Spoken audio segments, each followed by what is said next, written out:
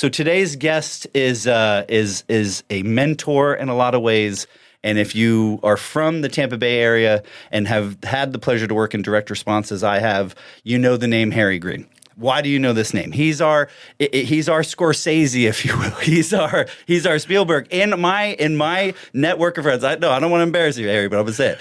He's the guy you call when you have a project that is big and mighty and requires a flawless execution with grace. And that's the biggest thing I'll say about Harry Greene. He's graceful. He has the patience of no man I've ever met before in my life, especially in the industry where I cut my teeth, which is production. Now, if you work in production or have ever been around production, it's a grind. And it's a difficult thing. So he's very. You've seen his work. You probably own some of the stuff he's had the wonderful pleasure of producing and creating. KitchenAid is one of them. Shark's another one. Hover Round. He's directed, according to the stories, and we'll get into it, he's directed Rats. He's directed during storms. He's directed during broken prompters. He's seen it all, and he's going to hopefully share a couple of these awesome stories with us today. I have a lot of questions. He is the founder of Waking Dreams Pictures, which I want to talk about the origin of that, which is really great. But he's been doing it for over 35 years as a writer, director, post-producer, post-director. I mean, the guy does it all. And again, I can't stress this enough. If you've ever been on set, it's high pressure, it's high energy, it's high stress, and never once have I personally or any of the people in my circle seen this man bat an eye when faced with some of the incredible challenges in production. So now that I've built him up. My God. Yeah. I want to welcome Harry Greene. Harry, thank you so much for being here. Oh, and by the way, not to steal this thunder, he also brought me a wonderful chalice. Thank you so much. It's a mug. Happy birthday. Cheers to you. Thank you so much. Cheers. I appreciate you being here. Thank you. All right. So, yeah, I didn't want to embarrass you, but I kind of did intentionally. You did. Tremendously. Yeah. Yeah. It's good. Well, I meant it. Well, thank you. Thank you for all the nice things. You're welcome. In my digging, and again, some light snooping, because we've worked together and I've seen your work. And I haven't been on every set, but you've rented the studio at Bluewater when I was working there. And you know, when you would come in, we would all try to find reasons to professionally and politely just peek in on set, you know, whether it was like, oh, I got to talk to Ryan Dillow about something, even though I didn't, or whatever, just to kind of witness, because you really are, man. You're the guy. You're the guy that people call when they need great stuff, highly, highly professional, polished, beautiful stuff. And more importantly, they need it to work because you know how to write, you know how to sell, you know how to shoot. You're like a multi-threat person. I want to know, from the beginning, where does Harry hail from? What is the story of Harry? So where did you go to school? Where are you born? Okay. Well, like I told you earlier, I'm really not used to talking about myself all that much. So I was born in Jacksonville, Florida. I'm a native of Floridian, which is kind of unique. Sure. Most folks aren't that are in the area. Grew up there, lived there till I was 14. And then my dad was transferred in his job to South Florida. So we moved to a little community called Margate, which at the time was next to Coconut Creek, if you know where that is. It's inland about 10 miles or so from Pompano Beach. Okay, so now you're saying names that I know. Pompano, yeah. You know, Pompano is just a little north of Fort Lauderdale and between Fort Lauderdale and West Palm. Sure. So I did my junior high school and high school in Pompano Beach and graduated there and started my university career as a theater major. So pause right there. Did you do like Missoula or any high school theater, Peter Pan? You know, I did. You did. I was a theater nerd. Okay. Yeah. And West Side Story. Well, the only musical I did in high school was Sound of Music. Okay. And I was Captain Von Trapp in that. So, but yeah, every play that I could get cast in, I went for because I just really you had a heart for it. Yeah, I really liked it. And wow. So between my junior and senior year in high school, I went to a theater workshop at Illinois State University. Someone had told me about it, one of my teachers at school, and said, you really should go if you can. And so I applied and got accepted. So I went, and it was a 2-week workshop kind of experience. Like a camp. During the summer, yeah. And so we did 2 or 3 productions during that time. They had a great theater department. And when I was there, kind of at the end of the 2 weeks, they invited me to audition for a scholarship. So I had to prepare some monologues and stuff kind of on the hurry, and then do the auditions. And I got offered a scholarship there. So do you remember the monologues? There were 2 or 3 of them. I couldn't recite them for you, but they were different characters from a play called Spoon River Anthology. I don't know if you're familiar with Edgar Lee Masters. Yeah. It's just a collection of poems that are the dead in a graveyard that are talking about their lives. Sure. Yeah. It was one of the productions we were doing at the time, but I did some characters that weren't the characters I had originally done. So, and then another monologue from, I think from the Diary of Anne Frank, which was a play I had done in high school, and I still remembered that monologue. So I did that. I played the pater, the Anne's friend. Sure. And you did these live. These you didn't record them and submit them. No. I was there. So, wow. Okay. It was like there were 4 of us out of the group that they invited to audition for scholarships, and I was lucky enough to get one. So, wow. I went, and after my senior year, I applied for admission there, and of course, because I had the scholarship, I went, and it was an interesting experience for a lot of reasons. I grew up in Florida, right? Sure. I was asthmatic as a kid. Pollen, didn't do cold weather well at all. Oh, okay. Cold weather. Yeah. So my dad grew up in Illinois, actually in Bloomington, which is right next door to Normal, Illinois, which is where Illinois State University is. Sure. And so he was telling me, it's really cold, Harry. Yeah. It's, you've never been this cold. I'm like, yeah, Dad. Yeah, I know. You put on a jacket. Sure. I had no idea. Yeah. It was like to the bone. Yeah. Now, you grew up here too, right? No, I grew up in Southern California then moved here. Yeah. Have you ever been in like northern winters? So we did. So my parents, when we were living in California, my parents and a bunch of their friends were partners in a I'm going to use the word resort, but it was kind of like a lodge with some cabins that you can rent for the summer up in like the Sierra Nevada. So if you're familiar with California, you're like Mammoth. Yeah. So in that area. And we would go in the summer, and, when we'd go to open, it would open in May, it would still be snow up there. So, and then we've, some Thanksgivings and stuff we'd pop in there. So yes, I've definitely been like where things hurt. And then also I spent some time in Canada. I dated a girl, and so we went snowboarding one Christmassy time, around December. Cold is cold. Yep. Well, it's brutal. my roommate at the dorm there at ISU was from Ann Arbor, Michigan. And you get a lot of wind. So Normal is like, I guess, between 60 and 90 miles south of Chicago. But the wind comes off that lake and just, it's flat. So it just rips down the state. Right. And there was always a wind blowing. Sure. And in the winter, really bad. Well, this thing's a giant thing of ice in the winter. So it's just. And my roommate found out where I was from, and he was like, are you nuts? Yeah. So I'd give my right arm to go to school in Florida. What are you doing here? Yeah. And I was like, well, I'm here, blah, blah, blah. Yeah. So the first really cold weather we had, I was totally unprepared. Yep. I was living in a dorm that was a mile from the center of campus. I didn't have a car. Okay. So I was walking, and I didn't really have the right clothes yet. Okay. So the first day, it was snowing, it was sleeting, it was nasty. I think we're like maybe a month and a half into classes. Sure. So, I knew I had to be there at a certain time. But I had a jacket, and I had a scarf, and I had a hat, and I was watching people slip and fall on the ice, and I thought, well, that's stupid, And I proceeded to fall 4 or 5 times. Yeah.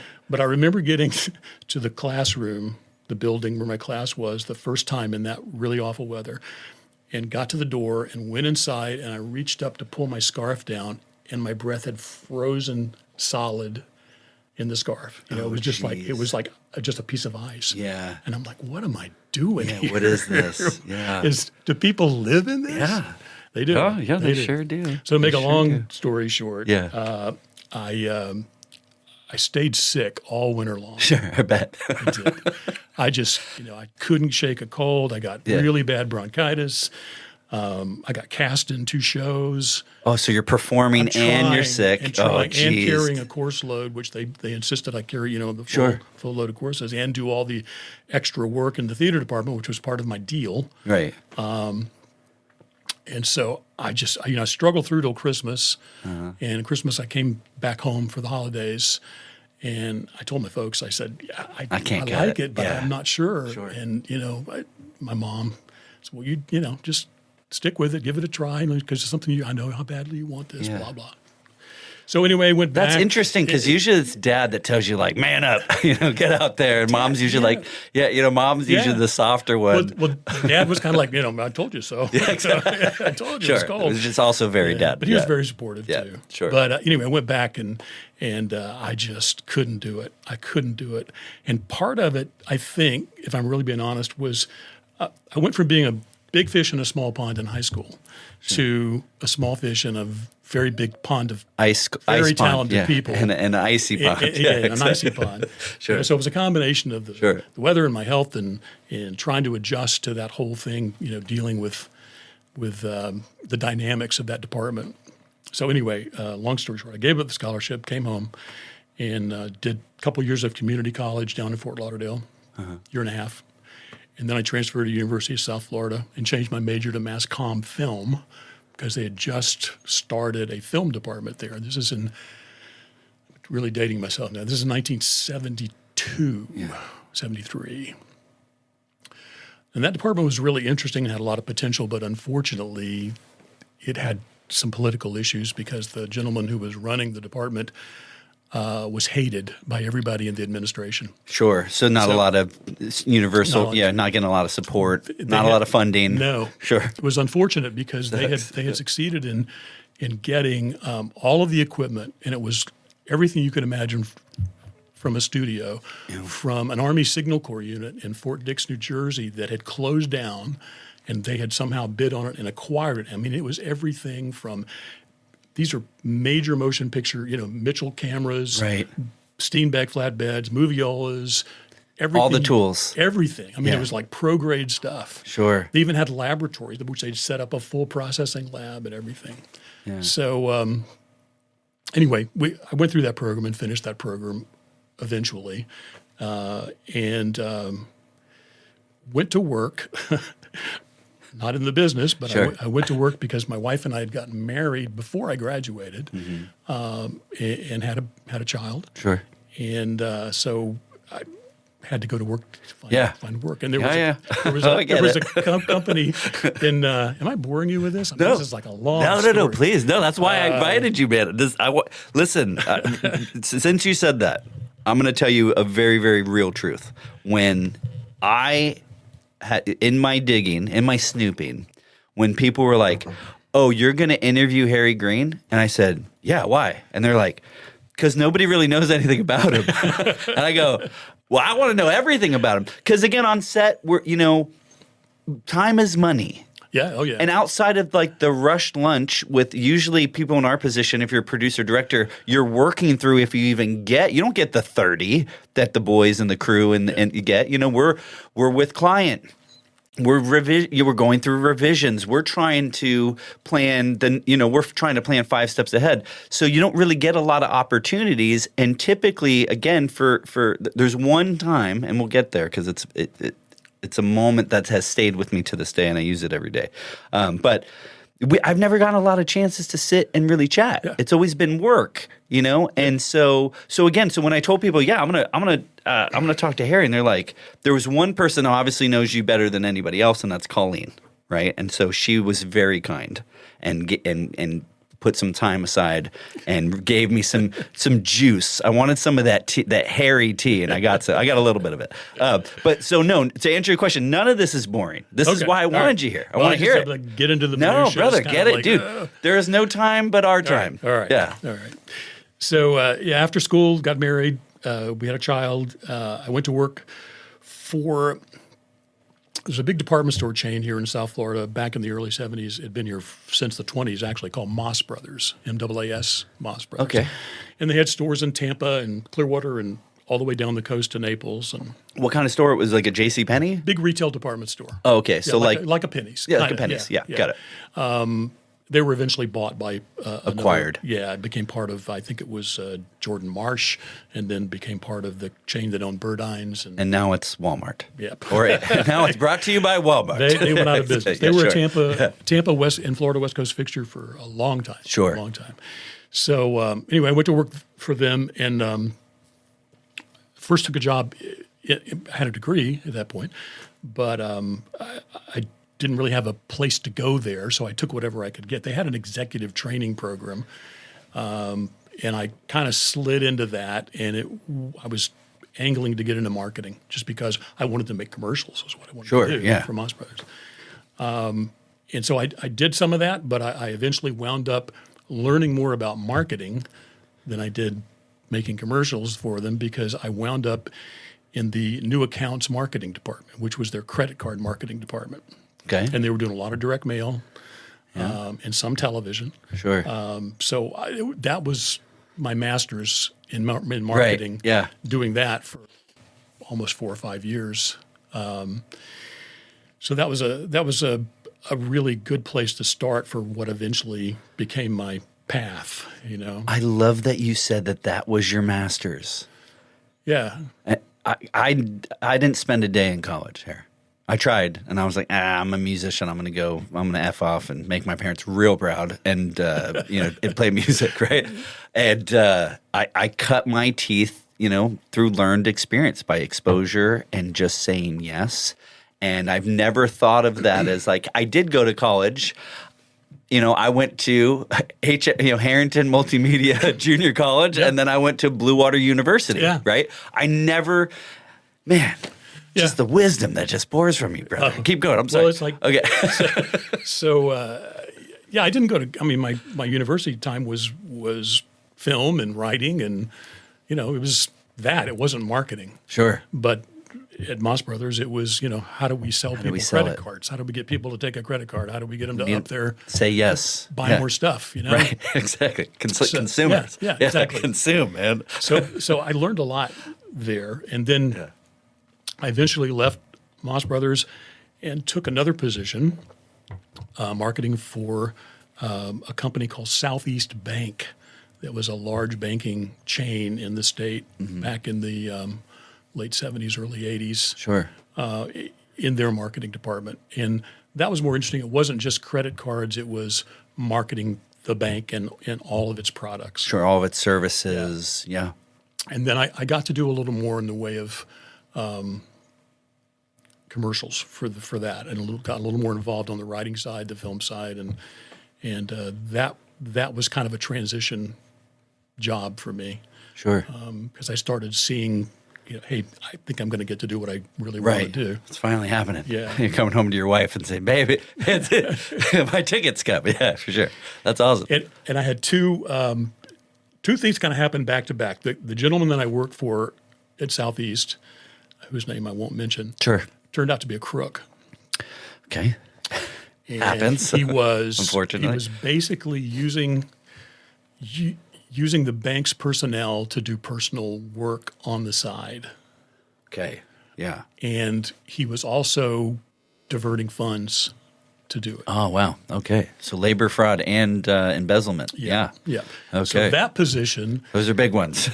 ended when one of my colleagues who had been doing work for him, thinking it was bank work, wound up having to get an attorney to defend herself. When she started getting interviewed by not the local police, no, the FBI. The FBI. Yeah. When you work in the bank, they take it. Yeah. They take it a little bit more serious. So when that started happening, I was like, "Oh, is that going to happen to me?" And so I had an FBI interview. Sure.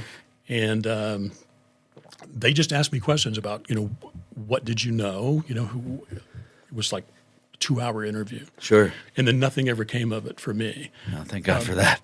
The lady, unfortunately, her stuff dragged on, and she had to put out a lot of money, just to have the attorney there to make sure she didn't misstep or Sure. say something where she Jeez. was never charged.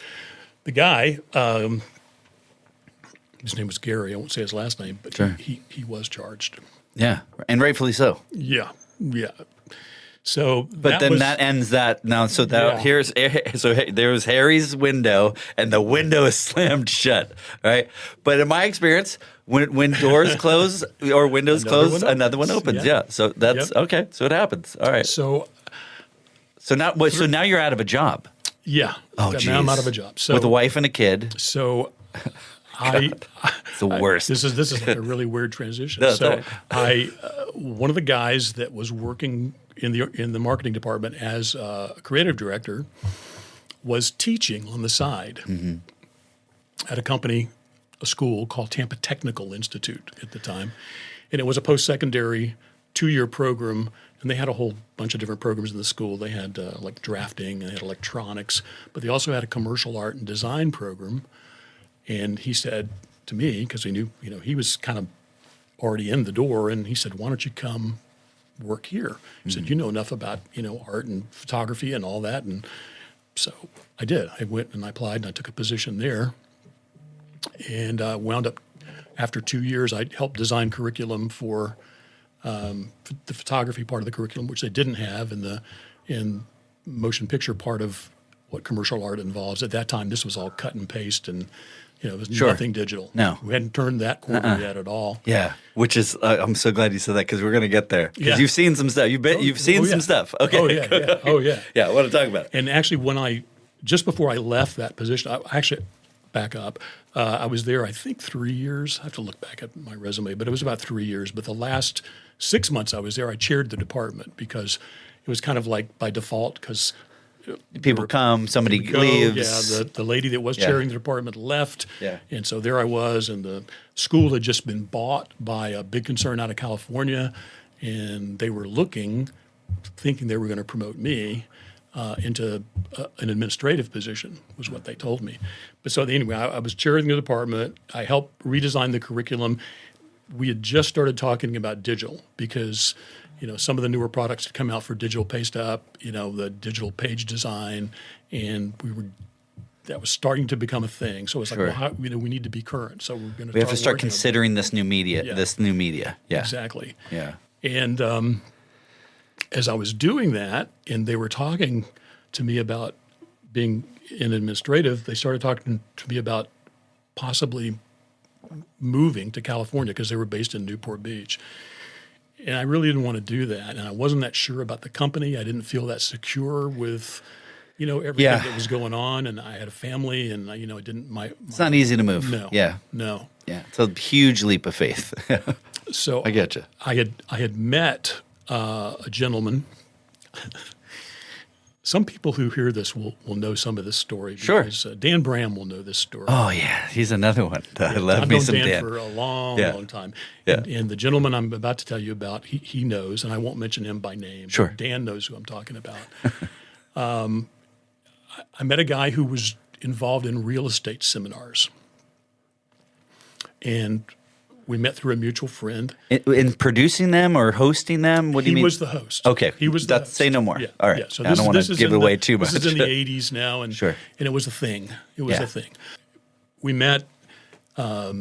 We talked about production and writing, and he was more interested in my writing skills and the fact that I, knew something about production, and he didn't know anything about production. Sure. But he had been involved in the seminar business, working for other guys, but he wanted to do his own.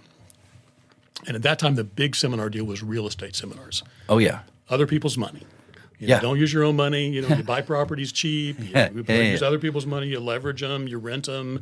You make an income stream. And you sell them, and you make a lot of money. That's still happening, by the way. Yeah. It's just, again, the media shifted. It used to be like a really big thing. Right? Yeah. So went to work for this guy. There were 2 or 3 people in the business at that time who were doing it on a big scale. And this guy wanted to really scale up to kind of match what they were doing. And the way it worked was they were buying Remnant TV time to advertise the seminars on the weekend, and they were producing a half-hour infomercial, right.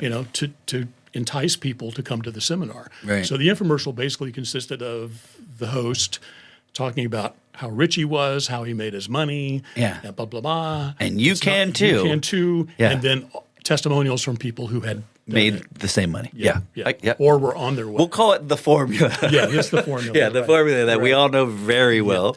That's worked for So- decades. So they would run these spots in local markets, Sure. and then they would do weekend seminars, typically like Thursday, Friday, Saturday, or they might do like one location a day, sometimes 2 locations a day, and the crowds would come out, and they got a lot of free info. But Sure. the deal was you got to come back, for the Sunday afternoon seminar, whatever it was, and you pay $100 for whatever it is, and Right. you get the book, and you Yeah, get it's the timeshare. It's 6 the hours. timeshare model. It's the timeshare. deal. Yeah, high pressure. Tactics. Yeah, Yep. the sales day. Oh God, I hate them. Yep. Anyway, go ahead. Yep. So I was with him for quite a while. We sort of ran the seminar down. It got to the point where it wasn't working real well. Sure. So he wanted to move into doing some other things. Sure. I met an interesting guy. You may know the name. I don't know, but I keep wanting to say his name, and I'm not going to do it. Just call him Greg. Unless that's his name, in which case we'll call him James. No. Right. But I met a guy named Rick Cesare. Do you know that name? It is a name that rolls off the tongue, Yeah. but it also sounds like he could be the guitar player from Kiss. He and could be, believe, yeah, no. I'd believe it was the same guy. All right. Rick, great guy. But he worked for him at the same time I did. And Rick had been doing seminars for a guy in Orlando named Tom Vu, who was a Vietnamese guy who was doing the same shtick. Same spiel. Same real estate. Same shtick, you know. spiel. Yeah. He was a poor immigrant boy from Vietnam, and if I can make $1 million in real estate, Look at me. Yeah. I can teach you how to do it. Oh yeah, and again, the tactics still work, man. I see them. They do. They've just the media shifted, is all it is. Now Yep. it's online. It's on TikTok. Anyway, good. Yep. It's crazy. Anyway, So this guy burned us all out. I mean, he for a lot of reasons, he was constantly having financial problems. Didn't have enough money here. Couldn't cover his media bills. Couldn't pay. yeah, I'll gladly pay you for cheeseburger today, or what's the saying? Yeah, I'll gladly pay you tomorrow Tuesday for a cheeseburger for a today. Yeah, hamburger exactly. today. Right, Yeah. exactly. Yeah. So You can do that once, by the way. yeah, Because we're all brothers, man. Especially in production, and especially if it's small time, you're starting off. There's a little bit of grace that goes there, and you're leveraging friendships. This is actually evidence of that. So I'll tell a little bit of telling myself. But you got to make good on it. Number one, and number two, you can't do the same trick twice, man. It's just a one-trick pony right there. All right. yeah. What do they say? Fool me once, shame on me. Fool me once, shame on you. Fool me twice, shame on me. Yeah, for sure. Yeah. Yeah. That's for sure. Yeah. So Rick eventually left and went out on his own with another guy who was working with us. And on the sly, while I was still working for this other guy, I helped Rick put together an infomercial called How to Make $1 Million in the Stock Market by using a book by a guy named Robert Lucello. And all he had at that point was a paperback book, and it was a system. Sure. Basically, it was a modified dollar cost averaging system, a way to buy stock. Right. But it was all on paper. So Rick said, "Why don't we turn it into a computer program?" This was in digitize early it. Yeah. days. This is like Floppy disk. IBM PC. Yeah, sure. Jeez, MS man. DOS. Yeah. But we did. Yeah. We did. We found a programmer, and it was basically a simple kind of automated spreadsheet. But you're able to enter your stocks, and then when they hit certain targets, it would tell you what to do. So he took that on the road. We did an infomercial for it, shot it at WDU. Yeah. Years ago. Oh, Guy Pam. came down. Is Pam still there? No, she's gone now. She retired. Pam. Did she? Yeah. Good for her. You deserve it, Pam. What about what is his name? What's his name? The guy that worked at Francisco. Francisco. Thank you. He's probably still there. I don't know. Oh man, Francisco will probably die. Yeah, at they'll bury him WDU. underneath that place. Yeah, Jeez, yeah. that dude fell out of the grid. More than once, from what I understand. More than once. He's a great Oh guy. my god, dude, the best. Yeah, he's yeah. the best. You Yeah. want a guy like that. If you're walking into a studio, you definitely want. In church they call them church mice, right? It's like it's usually the kid that sweeps around, but he knows where all the things Yeah. are, right? But yeah, you definitely want a studio rat, for sure. And Francisco is the best. Steve's that at Yep. Bluewater. Yep. You just want a dude that just knows where all the switches are, how it all works, man. Yeah. Anyway, sorry. Yeah, it's interesting. I don't know if he's still there or not, but Yeah, I hope so. he was a fixture. Yeah. He's probably still there. Yeah, But I just saw last year that Pam retired. Good for So, her. yeah, she was Yeah, and what a great studio. Good, big, huge space. shot a lot of stuff in that studio. We did a bunch of stuff in there too. I think Bluewater did one time, but when I was doing stuff with like Tim and Chris Wilson, we rented it a few times. And then at the last agency I was at before I started Velarde Digital, we had rented it a few times because it's nice because you know if you need stills, if you have multiple setups, it's big enough to where you can go. I'm going to do stills over here. You know, I'm going to have set up one here for testimonials. And then if I have a set or any, it's just a beautiful big space. Yeah. Awesome. Yeah, I shot a number of shark shows there and a lot of stuff. Great space. So, yeah, we shot the stock market show there, and I got a percentage of that show. Ooh, and interesting. And it hit pretty well. So Rick made a ton of money off the show. Yeah. And Rick has a story. Sure. And Rick's interesting story is he took the money from that show, is a slight tangent, and parlayed it. And you'll know Rick because he's the one that did the original George Foreman grill. Interesting. Okay. And he and George made a boatload of money, and then they sold it all to Salton. This was before Salton was even involved. Yeah. And they made like buku Yeah, bucks. good. Yeah, So, stepped good in for on Rick. that one. And then Good for he him. parlayed that into a really nice business. I'm going to tangent too on the George Foreman. Did you ever? There's a comedian that has been floating around, and he's a relatively newish comedian, but he does a whole bit on the Foreman, and he's talking about the R&D, you know, with George Foreman on the grill about like, hey George, can we put a thermostat on? No, you know, like, and he's just essentially ripping on it, like, hey, you know, like, can we put a handle on it? No, you know, like all this stuff. Can we put a timer on? No, it's just gonna be hot. It's just gonna be on, and that thing crushed. I remember having one for forever. Things that would happen, like the edge would brown. It would get so hot, you know, the plastics around it. But it was, that's probably the first infomercial product that me personally in my household growing up that we had in the house. And I don't know if my mom or dad I don't think they bought it from TV. But, you know, maybe it was Walmart or something. A lot of people had that Heck product. yeah. Yeah. Yeah, it was Knock out the fat. Yeah, exactly. Which I guess maybe it did, maybe it didn't. You know, It's pretty good. I mean, I think we still have one in the cabinet. We haven't used it for years. Well, that thing will last forever. Here's one thing I will say about 80s and 90s products is that if you still have one, it still works. Still works. It will never break. Yep. Yeah.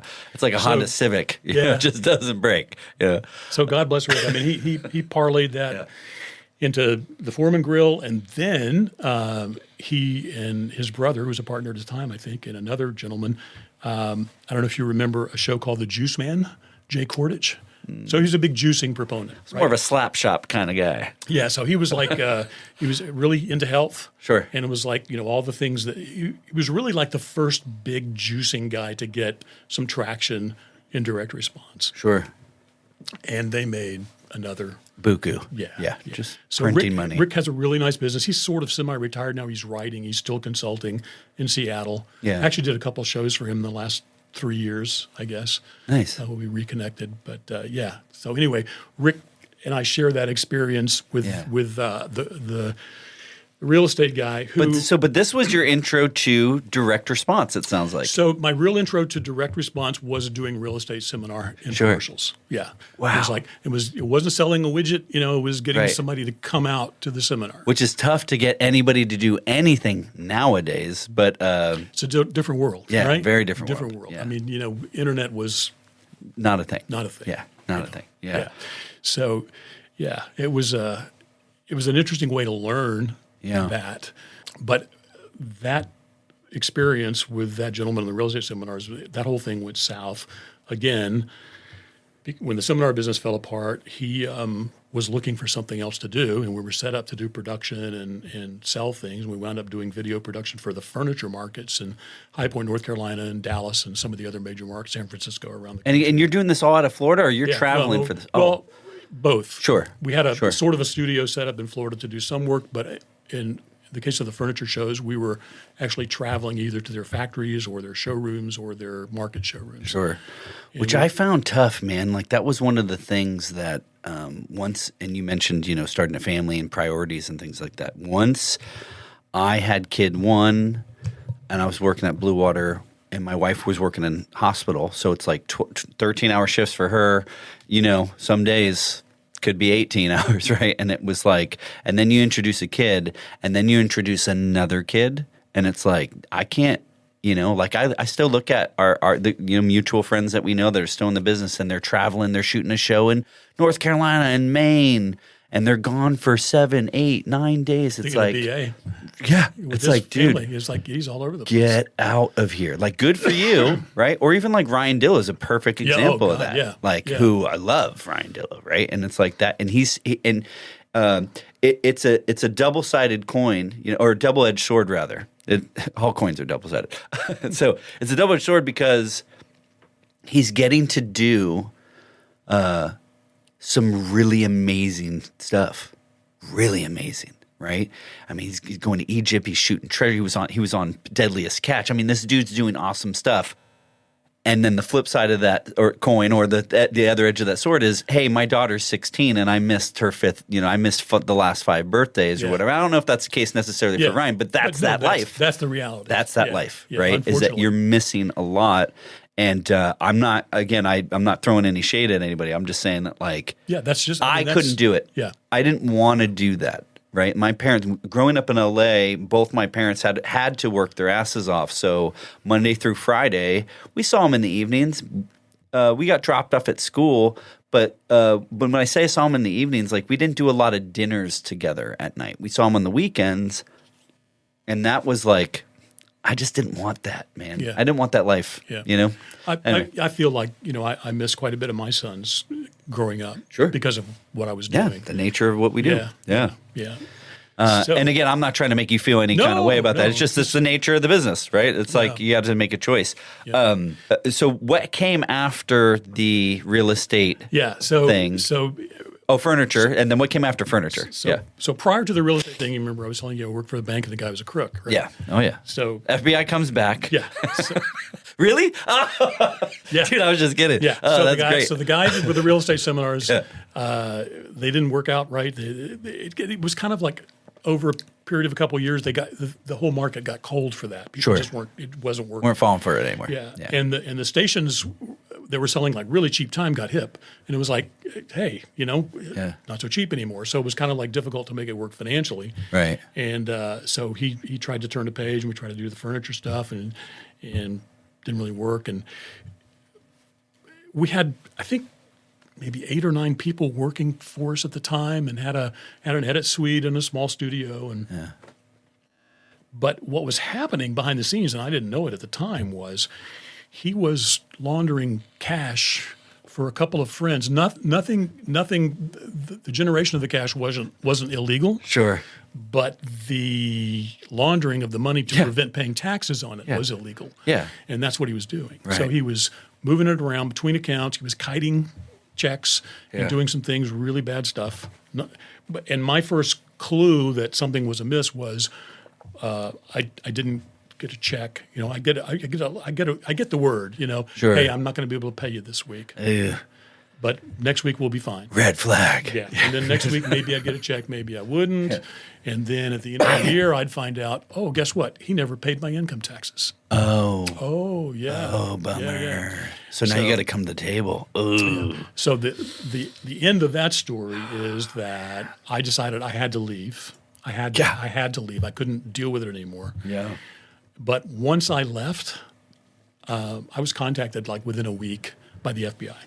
Interesting. And they just wanted to interview me. Right. Again. And the agent that I spoke with, he said, I want you to know up front, this is not about you. Yeah. We have no suspicions about you and any wrongdoing. Yeah. But we would like if you would indulge help us. Yeah. Yes, and just tell us what you know. And I was like, I'm more than happy to tell you anything I can that you want to know. Sure. So, I was, interviewed twice. It was never like a deposition, but it was two. Sure. two Yeah. interviews. Just yeah. Did they bring up the fact that they had interviewed you before for not the same but a similar? No. Yeah, your name came up here. Yeah, it was like so. That was like 2 strikes. I'm like, what's next? But it says something about speaking from a consumer angle, right? Because I've never bought anything from TV, but I have bought things from like Instagram or TikTok or whatever. Wait a minute. You've never bought anything? Oh, let me back up. So Columbia House. You remember Columbia House deal? Oh, yeah. So, but that was like, I remember that was like a magazine. You got like not a magazine, but it was like a brochure or something, and you would pick out, and it was the 99-cent deal for 10 CDs. Yeah, I mean, that whole thing was negative option. You know that term, right? No. Okay. Yeah. So when you signed up for Columbia House, or there was a couple of others, but Columbia House was the main one, the offer was get 10 LPs for $1. For like 99 cents. Right. Yeah. And then the fine print was, and agree to receive on, like, approval, I think they called it. Sure. A record, a new release a month or something. Yeah, like subscription. Yeah. It was like a subscription. And then the finer print under that was, if you cancel within the first year, you will still owe XYZ. Sure. So it was a negative option. You had the right, right but to. There was no. But Harry, I did this at 15 years old. There was no. Exactly. I mean, like, exactly. I'm going to go to hell for that. If there's a hell, I'm going there. That's what killed that whole thing. Killed the whole model because there was no consequence, and most I just of the remember people doing it were teens underage. Hell yeah, because it was like check. It was all mail. Yeah. Right. All mail. Yeah. Yeah. And so, but to the point, yes. So I did do Columbia House, right? Okay. I'm trying to think if I ordered anything else. The only other thing I'm going to tell myself, and it's embarrassing, when we were younger, because it was funny, the only other thing we did by phone was the 900 numbers, because it was hilarious. Because she'd say boob, and we'd be like, because we were like 10 or 9, or we were idiots. I remember my dad being super pissed off, but no, I never bought anything from TV. No, but people do. Yeah. I never did much. I think I maybe have bought 1 or 2 things in my life off TV because I know better. Yeah, right. Exactly. You know how it worked. Right. Yeah. Yeah. So, the next part of that story was after I left, and I'd made an acquaintance in the furniture industry, a lady named Carolyn Kinder, who was a designer. She designed furniture, accessories, lamps, tables, wallpaper for a bunch of different companies, and then she licensed those designs. Yeah. And Carolyn, I had done some video work for her in the markets, and she reached out to me after she found out that the company I was working for had fallen apart, and she was a little upset because she was owed some work by the company that she never collected on, and she'd already paid for, and it was like, well, good luck collecting. Yeah. But she was moving her operation. Yeah, she was moving her operation from Kentucky, of all places, to here in Clearwater, right, St. Petersburg. And she reached out to me and said, and this is just about the time that HGTV was kind of taking off and the cable networks were starting to find niches. Sure. And she asked me if I would be interested in coming to work with her and helping her market her stuff and maybe help her see about doing something for weekly TV. Okay. So I said, well, that sounds interesting, So yeah, sounds regular. Yeah. I like regular checks. Yeah. Yeah. So I went to work for Carolyn and worked with her for maybe 2.5, 3 years. Yeah.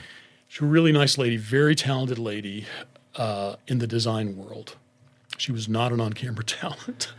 We shot a pilot. It was called Coming Home with Carolyn Kinder. Sure. And it was a design show. It was like, how can you make over your home with just changing accessories or colors? Feng shui. And so the pilot was just a 15-minute proof of concept kind of thing. And the opening shot was her just coming down the stairs. It was a really nice house. Coming down the stairs and saying, "Hi, I'm Carolyn Kinder." Blah, blah, blah. And it was like 4 lines. It was nothing. 33 takes, 34 takes, 35 takes. 6 hours later. Yeah, seriously. It was like it wasn't going to work. So we finally got something together, and God bless these people. Cut it, and it was just awful. And she knew it was awful. Hold on. So I'm going to hijack real quick. So Colleen had shared a story where you had spent a considerable amount of time on a shoot just getting somebody to say, Do you remember more this than shoot? once? So it's More like- than once. So for context, Harry and I both independently of one another, we pots and pans and cookware is huge in the infomercial industry. It's huge. I mean, it sells. They wouldn't do it if it wasn't making money. And so I've shot definitely a lot of cooking utensils or cookware. I imagine Harry shot at least 10x if I had to take a guess. And so the is the bite that we've all seen. There's a shot that happened 2 days before of the sexiest, prettiest fettuccine alfredo you've ever seen, and then there's the shot you got either that day, 10 hours later, or whatever it was, or the next day, and a pickup shot of somebody taking a bite and just doing the. And to get that right, so good. Yeah, I mean, there are people who can do that, and there are people who can't do that. And there's a lot of people who can't do it. And there are ways you can try to trick people into doing it. And, if you don't get it. Show me your best. What's it supposed to look like? Oh, I have no Yeah, exactly. That's good. Look. It depends on what you're tasting. Let's print this thing. Yeah, it's good. Yeah, it definitely depends. Shooting foods. Anyway, go ahead. Yeah. God, I feel the like this worst. is like a epic story. It's just crazy. I said, what did I say to you? I said, I want to hear the epic of Harry. Okay, well, here So you let's go. hear it. I mean, you can cut this down, obviously. No, I'm just going to let it ride. Oh, yeah, jeez. we'll get until the red light stops. Okay, Like, hey, all right. sorry, hey, Harry, we're out of tape. When the drive's full, we'll stop. That's how I'll run it. Who Okay. cares? Yeah, I don't care. All right. That'll be fine. The editor will keep going. That's fine. Okay. This is all good stuff. All right.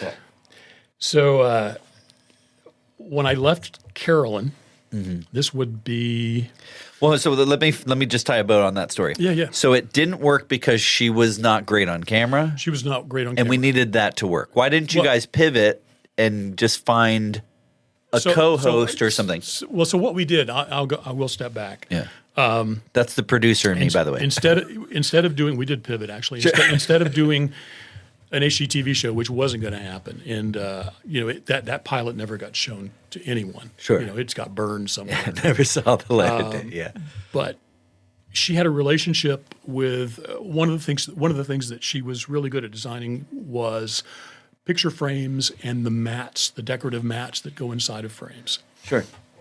And so she had a relationship with a company that makes crescent mat board, and they make different kinds of just solid color mat board and foil mat boards and all that. Yeah, and some of them are like not a felt, but it's some sort of And texture. a lot of really interesting techniques for transforming those into really interesting decorative borders that, if you know the right technique, you can do some really cool things. Right. So it's primarily marketing it to the framing trade. And, Right. this Super whole- niche. Yeah. Very yeah, it is. niche. Yeah. So what we wound up doing was we produced 4 Crescent under her name.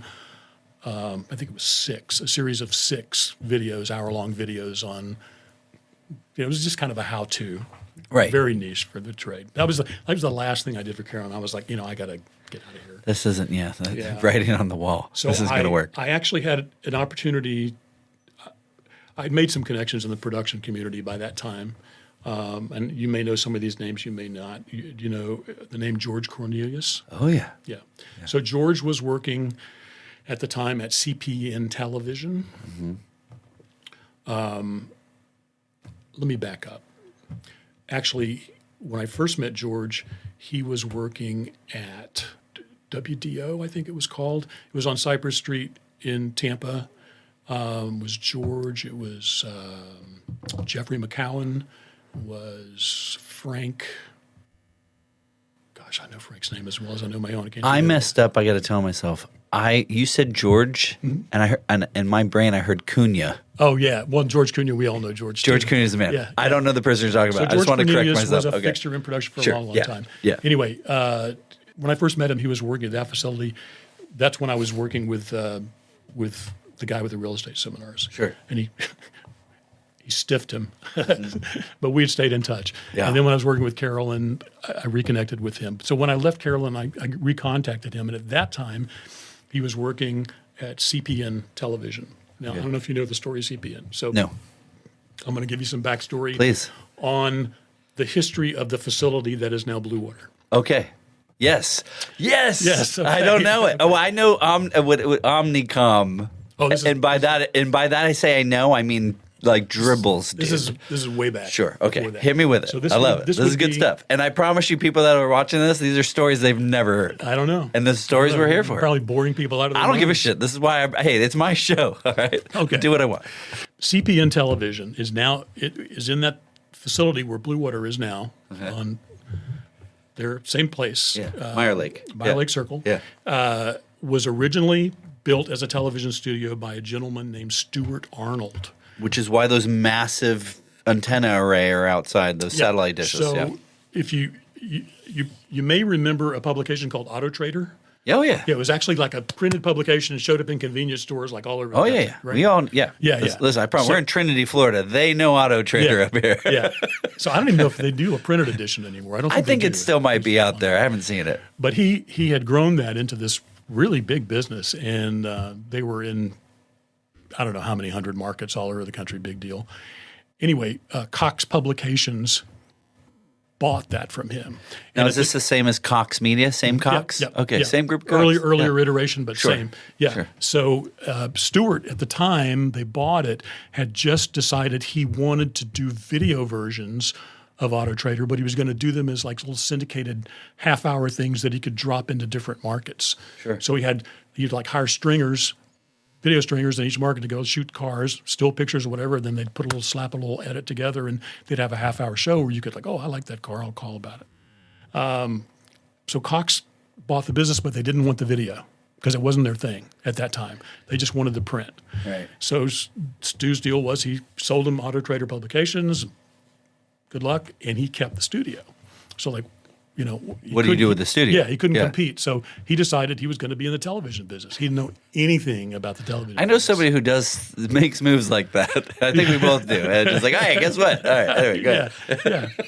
So he hired some people who did know the television business, George being one of them, and Jeff, and created a sports division, which was kind of an easy end to like start doing sports events and stuff, and built out that studio, which wasn't ever built correctly because it's got super low overhead, which and no be soundproofing. careful not to hit your head. And no soundproofing. Yeah, You can hear every C-130 or whatever friggin' Coast the Guard airport. plane. You can hear every fucking raindrop. You can hear every light. Yeah, we live in Florida. It rains, lightning, all the things. You can hear it all. Yep. Anyway, Yep. go ahead. Yep. Yeah. So when George was working there, I reconnected with him. He had a couple of projects he needed written. The first thing I did for them was a rebrand for a company called Florida Steel. They were a big steel company in Florida. They had a foundry up at the intersection of 301 and I-10. Okay. And their basic business— 301 I-10, that's like, what the hell's the name of the town up there? It's Live Oaks in that yeah, area? Yeah, In that not area? Chiefland. What's that side? There's like speed traps up there all the time. Oh, that's 301. That's the speed trap is Waldo. Waldo, that's Yeah, where yeah. the prison is. Anyway, is Yeah. that the same area, roughly? Yeah, Stark Give or is take. there, Stark is Waldo. where the prison is. Yeah, got it. Yeah. Okay. So Florida Steel had been bought by a company out of Japan. I think it was, I want to say Kyoki Steel or something. And here's the irony: they rebranded it as Ameristeel. That's good Japanese marketing. company buys it, Good and marketing. it's Yeah, Ameristeel. that's good marketing. So- Dude, you have a beautiful memory, by the way. Holy shit! Like I'm super impressed. I can't tell you what I ate to eat Hey, last I'm Tuesday. dredging stuff up I haven't talked about, and I can't I tell you love how it, long. man. Keep going. Keep It may going. not be. I don't know. Let them fact I check remember, this. Who yeah. cares? What are they going to fire us? No. You can't fire me. So, and that was a really fun show to write because it was different from anything I'd done. I wasn't selling widgets. I wasn't promoting a particular, I was rebranding a company. So I got to go to the foundry and shoot them like melting stuff and pouring. They made rebar was what they did. Let me pause you for a second just for personal knowledge. So I know you write. I've seen you direct. I've seen you produce pre and post, mostly post. You shoot as well, yes? You're a shooter? I have, but I don't. But you're not a DP. You wouldn't consider yourself. No. Okay. Can I light a little? Sure. Can I operate a camera? Yes. Yeah. But just from exposure, right? Similar to me. Like I can figure, I've figured this stuff out. I prefer to work with a DP. Sure. And we And that's their we collaborate. Right. Okay, cool. Just for yeah. clarification. Sorry, I didn't want to hijack. So when you say you went to go shoot this stuff, you're directing and Right. producing this stuff. Yep. Okay, Yep. got it. So I Okay. went with a small crew, shooter, sound guy, lighting guy, I think it was like 6 of us maybe. So we went to the foundry and spent 2 days up there getting interviews and shooting all the stuff. And then I had written a script. And then I actually they gave me a budget to get a composer to actually compose a score for this. It was I think it was like a 10-minute piece, but it was designed for presentation at a big introductory thing they were doing for all their shareholders and stuff. And it went over really well. So, and George was real happy with it. Wait, so, and again, this is stock media archives. When you say compose a show, there were, but at the time it wasn't like digital stuff, right? You had to order a tape. Sure. You know? Yeah. So when you say score a spot, you had to I just think about like the producing of that. It's like you got to find somebody who's got the chops. There was a local composer actually, and digital production for music was just getting to be a thing. And I couldn't tell you what software he was using. It might have been like an early iteration of Pro Tools. Maybe I don't know. But he Wait, what's the one that was the PC version that people still use now? It's Cakewalk. Cakewalk. Yeah, Cakewalk. I remember that. Actually, somebody just texted me today. He's like, "Hey, I'm going to throw it. I just got to tell you because there's another one that I've never used, but I remember my dad uses it. That's how I know it's." He said to me, "I don't want to take too much time." He goes, "Maybe I'll throw it into." He said, "Hold on." There was no limited Audition, Adobe Audition. Oh, yeah, okay, yeah, so that wasn't it wasn't a PC, it was an Adobe thing. But do people still use Audition? Yeah, I think so. I think it's actually gotten to be a pretty sophisticated tool in their suite. Things. Yeah. In a band, Pro Tools was like the one to use. If you were in a band and he was recording on Pro Tools, it was like, oh, this guy's legit. Yeah. Anyway. Yep. Yeah. So the composer, I can't remember his name. I probably couldn't dredge it up. Yeah. But I had kind of this idea for what I wanted to use. I wanted like anvil hits. Sure. To ding, the metal, the clang, to kind of go along with it. Yeah, because you got sparks flying and it was smelting. Yeah, got it. And the whole thing was a build. It just kind of built to the end when it was like a big reveal of the name and, Florida Steel is now Ameristeel, blah, blah, blah. Yeah. And it came off really nice. I was happy with it, and George really loved it, and the client really loved it. So that got me an offer for a job at CPN, and they brought me on as a producer-director. So I worked there for, a year and a half, 2 years, and that's when I met Paul Soltoff. Now, you know that name? No. Okay. So Paul was my business partner for a long, long time. We met when I was working at CPN.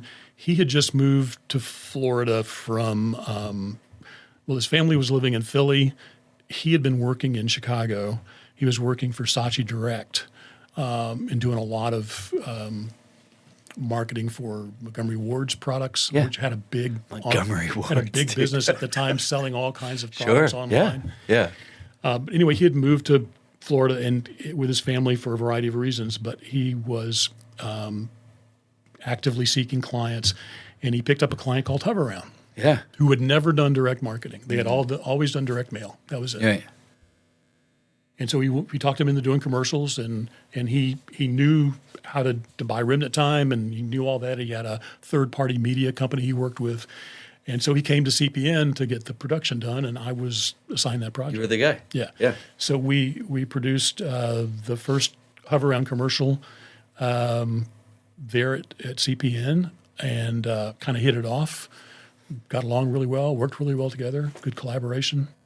And in the space of maybe 6 months after doing that commercial, we stayed in touch, and he said, I want to take my business to the next level, and I need somebody like you working with me. Are you interested? Yeah. And I'm like, it's a big step, because I was at CPN. It's a fairly well-established company, I thought. I had benefits. I had a nice salary. Secure. You had the security. And again, that's the biggest thing in production that's tough, is that when you have a family, you're building a life. Security's nice. Yeah. But Paul Paul's a great salesman. Sure. And he had a vision. And so I said, let's talk to my wife. And she said, can't do any worse than some of the crap you've already been into. So let's give it a try. This is two FBI calls. Can't get worse than this. Interestingly, Stu Arnold, who was still there at the time, got really pissed off because he was like, he's poaching my talent. Yeah, And that's a big thing in this industry. Yeah. Especially in this market. Yeah. And Stu, which I had no clue, but when he pulled me on the carpet for this lecture after I told him I was leaving and he found out why and knew where I was going to work, he was like, I had big plans for you. I was going to put you in charge of this facility. That's fucking. Blah, blah, blah. We've all heard that song, dude. Yeah. Bullshit. Yeah. So, yeah. If you did, then you would. You know, if you did, then you would have. Yeah. That's my attitude now at soon to be 43 years old. Is like, nah, man. I fell for a lot of those songs. And listen, as a musician, I love music. So when people sing certain songs, I'm like, I like this song. Yep. I don't listen to that music anymore, Nope. man. I've changed my genre of music. But anyway, sorry. Good. Yeah, that's okay. Yeah. So Paul, my relationship with Paul was a good one. It lasted from 1997, 98. And this is Acquire-G. Am I saying it right? Acquire-G? There's several iterations. Acquire-G. How do you say it? Acquire-G. Acquire-G. I said it right the first time. All right. Yeah. And it eventually became Acquire-G, but Sure. it went from Soltoff Direct to DNA to 2 other iterations, and then ended up as Acquire-G. But we then it became DNR, right? Like, do not resuscitate. No, I'm just kidding. Yeah, well, that's what eventually happened. Exactly. No, That's what eventually happened. Listen, I think it's Dave Ramsey. I don't know if you know Dave Ramsey. Yeah. Okay, so he has the saying, the only ships that don't sail are partnerships. And there's some to take what he says with a grain of salt. I don't follow him immensely, but like that one line was like, it's true. Yeah. Because even in bands, man, like hell yeah. there's 2 sayings: is that a band that plays together stays together, which works in partnerships, right? If you get along, and then sometimes you got to go along to get along. But now again, in my wisdom as a older gent, it's like, partnerships, they're the only things that don't sail. Yeah. Yep. Which is why it's just me. Well, I don't have to answer to anybody. I don't have to take shit from anybody. If I'm doing it wrong, it's on me. If it wins, it's on me. I do leverage partnerships and friendships and relationships, but no, dude. yeah. It's never easy. It's not easy, dude. And what happened with us, it was Paul and I to start, and then Hover-Round was our first client. We did the commercial together at CPN, and then we did a whole series of commercials for Hover-Round after very successful ones, and grew their business from like 4 or 5-fold, from like $2 or $3 million a year into like 15, 16, 17, 18 million big dollars bucks, a year. printing And the ones money. that really put them on the map, and now put us on the map, was a series of commercials we did with 2 of their customers, 2 nice little old ladies who were in hover-rounds. Yeah. And we took them to the Statue of Liberty, and we took them to the Grand Canyon. Yeah. And so it was like, I can go anywhere in my hover-round. Right. And those commercials just kind of took off. So let's back up a little bit. For those that don't know what the Hover-Round is, and not that this is an advertisement for them, but they're still in business. Yeah, I know they are. So what is the Hover-Round? So it's a mobility chair, an electric mobility chair. And what differentiates it from scooters is the fact the way it's designed, it can sort of turn on itself. Sure. In other words, it doesn't have a big turning radius. Yeah. So you can turn in like through R2-D2 moment. Kind of, yeah. Sure. Yeah. You can turn in through small doorways, and it's very maneuverable, and it's just a joystick, Right. And pretty easy to learn. Yeah. So that took off, and we did a whole series of commercials for them after that, kind of following the same idea. Joy and Bernice were the 2 ladies' names. Yeah. And one of the funniest things about that set of commercials was it gained so much notoriety that Jay Leno riffed on it on The Tonight Show when he was hosting The Tonight Show. He, and I don't remember the exact lines. So I'm probably not doing it right. No, that's good. Go. But he said something like, have you seen, I can't do Jay Leno, have you seen that commercial for Hover-Round? Yeah. Do you really think it's a good idea to put 2 old ladies on the rim of the Grand Canyon in those vehicles? Dude, right. So, so this is reminding me of a story. Okay, so do you remember Bluewater did American Badass Grill with Kid Rock? Yes. Yes. Okay. Yes. So that was the first job I got hired on to work with Bluewater, and it went like this. I was working for Tim Arrington and with Chris Wilson. You know Chris Wilson, yes? Okay. And speaking of writing on the wall, there was writing on the wall, and I had learned a thing or two, and I'd cut my teeth, and they were super gracious, and I'd learned a lot. And then there were some things that felt off. And so I was like, shit, I got to like update my LinkedIn. I think I got to start looking for other work, right? And so the story goes like this, and it's confirmed by Rob and Brandon, which is great. But I'm like, all right, I created a LinkedIn. I'm like, I don't know what the fuck LinkedIn is. All right, I got to create a LinkedIn. And I'm just like, and it's it's very suggestive. People you know, and I'm just like, add people I've even heard of. I think I worked with Rob one time on this like bump key commercial we did. Anyway, so I'm just like, crazy, frantically adding people, and their story is they're sitting on set. They just landed a bunch of gigs. They're shooting Corvettes with Ann Burrell. They just got this Kid Rock thing. They have a shit ton going on. They're blowing up, and they're like, "Fuck, we need a bigger boat. Who are we gonna hire?" And the story goes is Rob's on his phone and picking. Hey, Justin Velarde wants to connect. And they both look at each other. And so Brandon and Nolan invite me to Chick-fil-A right there on Olmerton. They go, hey, you want to go to lunch? And I was like, yeah, I love lunch. Yeah, lunch is a good thing. You don't get a body like this by not eating lunch, Harry. And so we meet at Chick-fil-A, and literally over Chick-fil-A, BA goes, so what would you think about this? And I was just like, yeah, instantly, yes, I'll take it. And they didn't tell me I was going to go. They didn't mention Kid Rock. They didn't mention anybody. They just said, hey, do you want a job? I said, yeah, absolutely. I would love to. The day I get hired, I get in a car with Amy Howell and Jody Welch, the hair and makeup. We get in a car and we drive to Alabama. Oh, my God. Just get in the car. Now, at that time, I smoked cigarettes. They don't. At that time, I'm like 2-ish, 3-ish years into the biz, but not the direct, only maybe 1 year into direct response. So and then Bluewater was like, oh my God, it's Bluewater, right? From the time of Chick-fil-A to the job, like I did a bunch of digging. I was like, holy shit. And I asked Tim and Chris, hey, I ask around, and everybody was like, yeah, that's a great move, right? Everybody blessed it.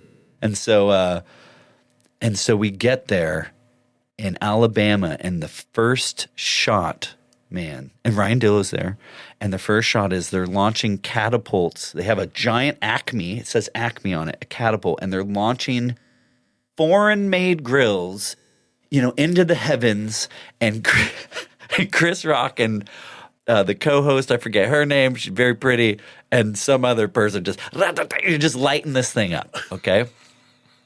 I'll get to the point of the story. So Stephen Colbert, when he was on Comedy Central at the time, dripped specifically the special effects. Okay, because the truth is about this shot, they couldn't hit shit. Like they were launching these things, and no one could land a shot at all on this thing, right? And so in post, I won't say who, but we know who. Had added, some and a little bit of sparkage here and blah, blah, blah. But, dude, blasted on national TV, Comedy Central by Stephen Colbert, which was, to me, badge of honor. Yeah. I think so, too. Of course. Yeah, dude, like, whatever, man. Like, listen, I've caught wind, not online, but, like, in circles or somebody talking shit about what I'm doing. Who cares? You get to a point where you just don't give a shit. In fact, it's like they're talking about it. Yeah, do you remember it? Did you remember it? Yeah. You're talking about it. That's all I want you to do is talk about it. Whether you love it or good press, bad press, I'll take all the press I can get. Anyways, I didn't mean to hijack the story, but it's just very funny. All right, so I'm trying to speed this up now. So yeah, that's all right. So after Hover Around, this is like 2001. And at that time, we'd grown the business. We were actually actively buying media through a third party, but we had an in-house media department for a variety of clients, some of which we produced for, some of which we didn't.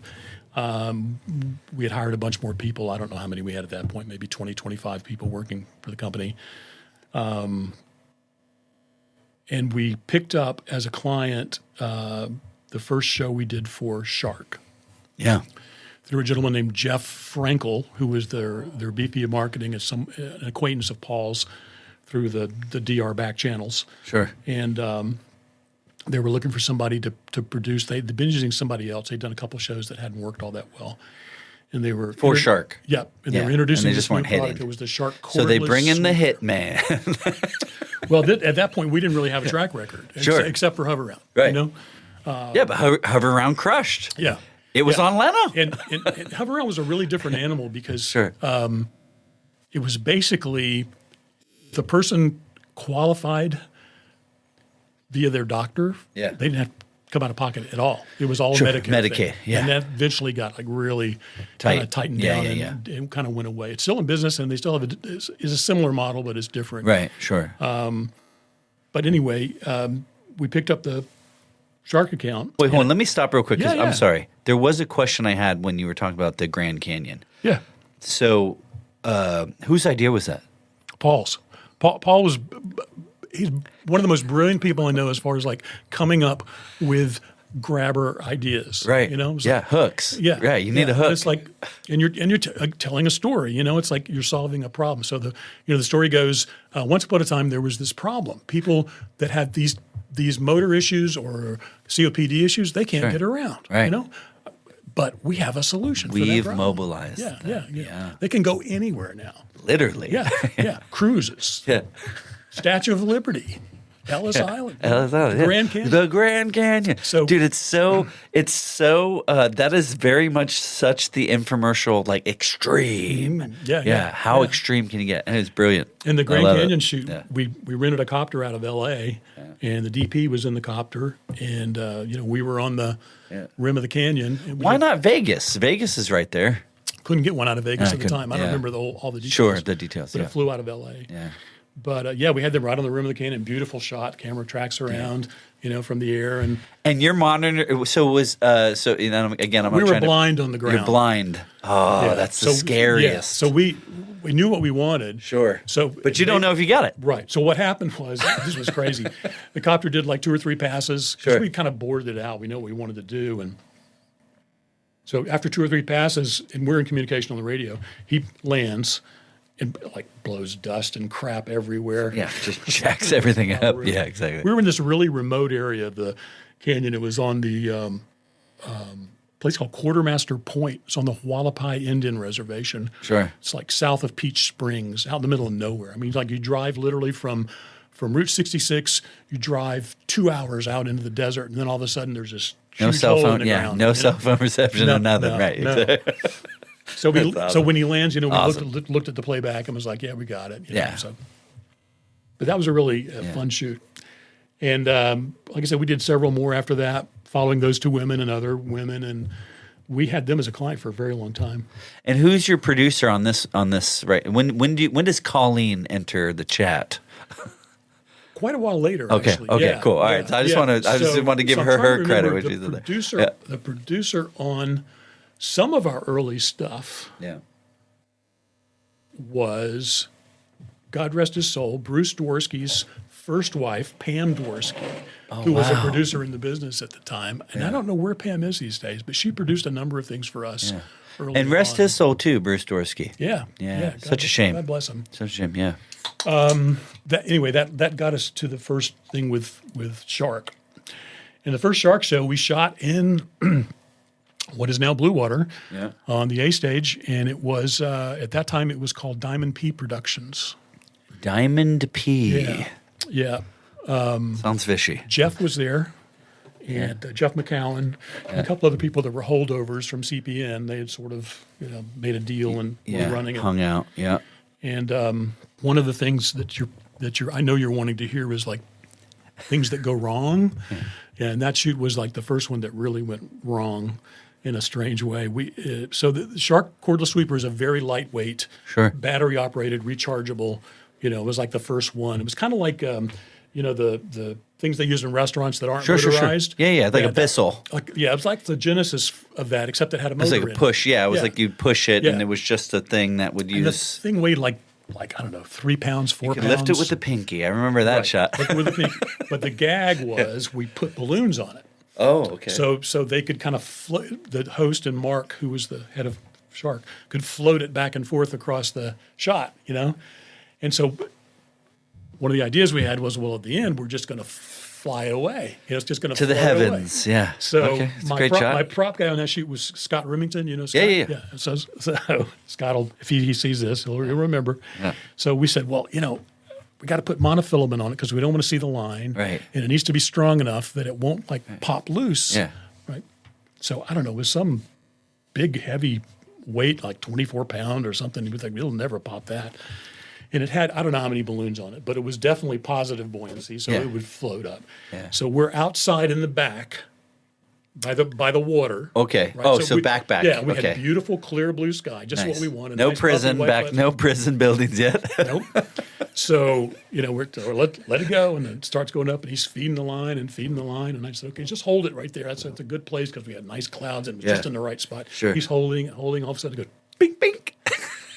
It's just going, Dude. going. So my producer at the time Oh, that's so great. was dude. it was Diane Fody. I'll tell you about Diane in a minute. You used like 2-pound test on this friggin' was monofilament? 24. Get And out. it popped it. And I don't know how Get many out. balloons. Maybe it it's was. the heat. So here we are thinking. So there's an airport, Yeah. an international airport, 2 miles away. Yeah, exactly right. With a landing pattern that And the Coast Guard and everybody. Yeah, right. So Oh, Jesus. they're actually on the phone to the FAA, to the tower at the airport. Oh, Jesus. Saying something ridiculous like, we have a floor cleaning product tied to a bunch of balloons, and it may be in your flight path. Yeah, exactly. Gee. How many balloons are on this thing? Like, what, a dozen? I don't know, dozen 2 or dozen? so. Yeah, Yeah. jeez, get out. Yeah. So that's wild. Yeah. Yeah. So we got the shot. Oh, yeah. But Great shot. And I have no idea where that eventually came down. Somewhere. Oh, it came down. Probably in the ocean. Could be in the bay. Yeah, could it's be definitely in the bay. Sarasota, could be anywhere. Yeah. That's the worst. Yeah. I remember,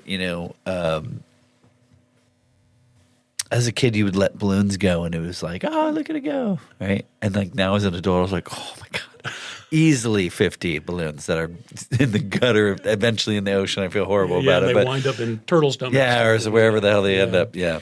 So, but anyways, go ahead. Yeah. So that was the first shark show. Fun show. Eventually did. I'll condense this. We eventually did. You're so concerned with time, and I love that about you because I think it's in our nature as directors. It is, but don't worry about it unless you have unless you have to use the restroom or something. No. But please just be yourself. Okay. Don't worry about it. Yeah. No rush. We eventually did 24 half hours for Shark, and introduced a lot of their products. We did the first Ninja show for the blender. Which was the start of that whole Ninja line. And that's the handheld one that you'd punch in? Yeah. Like the cup, you the turn cup the top. blender. You turn the top. Yeah. And did a lot of successful shows for them. I don't remember what our hit rate was, but it was a really good hit. Enough to where they kept like 1 calling out you of for 4, shows. 1 out of 5. Yeah, that's great. Yeah. And of course, their model, and this is to Mark's credit. Mark Rosenswag is his name. He's the president. He goes by Mark Rosen on the air. He's the bald fella. Yeah. But to his credit, he and Jeff and others in his marketing department understood that it wasn't just about selling the product on TV as a DR product. It was a way to brand the product. It was about the brand. It was a way to have the campaign pay for itself and drive retail. Right. And he was one of the first people to really get that and do it. The and retail scale relationship. it and scale it. Yeah. And he scaled it big time. Oh, yeah. And it paid off in a big way for him. And then, of course, a lot of other people have followed suit. But he was really the first to do that. The guy. Yep. With our help, I might add. Oh, of course. Yeah, 100%. Yeah, he didn't do it alone. Those weren't his ideas. But he's a smart marketer. He really is. Yeah. And not always easy to work with. Yeah, but that's the rumor. Yeah. And again, I've outside of you, I don't know any. Oh, actually, you know what? I did a stint at HSN, and I never did anything with him, but I did help somebody that was repping some shark stuff, and I had heard some horror stories. But here's the thing too about these horror stories. I have my own horror stories about me, where sometimes I'm just having a shitty day. Or you're under pressure, or whatever. No excuses, but sometimes just you're not at your best. And I'll go back to an earlier point I made about you specifically. I'm sure you have those, but I looked for those stories. They don't exist, man. What's your secret? You do yoga? Hey. I don't know. I mean, I can think of 1 or 2 instances where I lost it, on the set. If something, not necessarily when things go wrong, but when people's minds aren't on their job. Sure. And it's costing time, Right. or it's making me do a shot again that I shouldn't have to do again. Because we had it, unless, Yeah. Oh, wow. Yeah. Those kind of things put me on edge. And if it happens, too many times, I will rip people. I've done it. Sure. It's rare. But so the Shark thing worked out really well for us. Like I said, we did a whole bunch of shows for Shark. And that's where I first met actually Rob and Andy when they were 16 at WSF, because I shot a lot They of were how old? Well, this would have been in the late around 2010, Sure. 2011, Sure. somewhere in there. I can't remember when I did the first show at WSF, but they were both there. Yeah. And so they have a lot of shark stories. Oh, yeah. I've heard a few war stories, that would be shared over the years. Because again, I did 9-10 years, I think, at Bluewater. A lot of good years. Yeah. Way more good years than bad years. Yeah. For sure. Yep. So we did shark stuff, and then we picked up a whole bunch of other clients along the way. We wound up doing a lot of big brand clients that liked the model of being able to run a campaign, have it essentially pay for itself, but drive retail in a significant way, and to be able to track that. Yeah, but what do you think? So when you do Shark the vacuum, and then which flew away, and then you do the blender, what do you think? What are you realizing in doing these as a director, as a writer? You wrote these spots too, I imagine, or had a part in writing them, I'm sure. Yeah. So most of the Shark stuff was written as a collaboration from Paul and myself. Sure. Paul would usually do a draft, and then I'd take it, and play push with it over and then we'd play back and forth. Try to get it over the finish line. And the interesting thing about Shark scripts, and I'm not really telling stories out of school because everybody that's ever worked with Mark Rosen knows this, we would have a shoot scheduled. We'd have a day planned before the actual start of the shoot when Mark would come in and we'd review all the demos we were going to do. Sure. And, he could give us any tweaks he needed for the dirt guys to figure out how to Sure. XYZ. Or kill a demo or whatever. Whatever. Yeah, sure. But leading up to that in the script development, we'd be passing the script back and forth to whoever the marketing person was, with the understanding that Mark was reviewing the script as it was being written. This is the best. So that we wound up on the day he arrives with an approved script. Sure. Yeah. Never happened. Never fucking happens. What is that? What is that? Never happened. How does that happen? He would show though? up on the rehearsal day. I hate that shit. And dude. it would be like, we're ready to rehearse and show him with demos. And big, beautiful blue eyes, that of a child. He's seeing it for the first time of his life. He was Get out of here. He was dude. like, can we read through the script? And I said, yeah, but we really need to go through. We have 24 demos. I'm going to say something. This is my opinion only, and it does not represent Harry Greene at all. Clients, we send you these things with ample time to review them. Please review them on the flight over. I don't know. There's an idea because you don't live in Tampa. Yeah. There's plenty. Make when notes. You're taking a dump, take your phone out. Everybody, you're on your phone anyways. Come on, stop scrolling through TikTok and read the fucking script we sent you. Sorry. Make notes. That's my tangent. Take some notes. Yeah. Jesus. No. Sorry, Harry, continue. That's my tangent. So imagine 20 whatever shows and everyone was the same. Just brand new. Show up on the rehearsal asshole. day, and it was like, can we read through the script? And I knew what was coming. So well, hold on. Let me be fair. A little bit that's okay because even I would do that. I've read these scripts, or I was working really closely with Brian Fasulo, and so he's toiled. I'm toiling. You toil because that's where brilliance comes from. You chew it up, you spit it out, you swallow. That's the game. So day of, you can be in the moment. We plan this. And the collaborative, right, which is when you're part of a crew, if you're part of a good crew and you're good at what you're doing, it's a collaborative effort. And somebody might go, hey, dude, instead of this, let's try this. That's okay. You don't want it to be so rigid that it's too stiff. No. But you don't even know what come on, man. No. And what every one of those shows turned into was at least a half to three-quarter rewrite overnight so that we could start shooting the next day. Right. Or day of. And we didn't start shooting the next day until he did review the demos and then changed half of them. So, the first day of shooting the first half of it was a waste. Yeah. So we'd always go late. Always go late. Ask Rob about that. Oh yeah. Well, ask anybody in production. That's not unique to Shark or Bluewater or anybody. I think that's a unique. So which actually leads me to a question that isn't in there, but I want to ask: when have you ever not gone over? And that's not a dig on you. I'm just saying, isn't that like part and parcel of production? It is. You go over. It is, but occasionally the stars align. Yeah. And you wrap early. It's approved, and well, at least on time, or maybe an hour over. Sure. Not like 1 o'clock in the morning. Yeah, dude. Jesus. I mean, how many of those? Too many. Enough to where I don't want to do it. I stop doing it. Yeah. And then the overnights in post too. It's like, geez, got to hit the deadline. So here we are.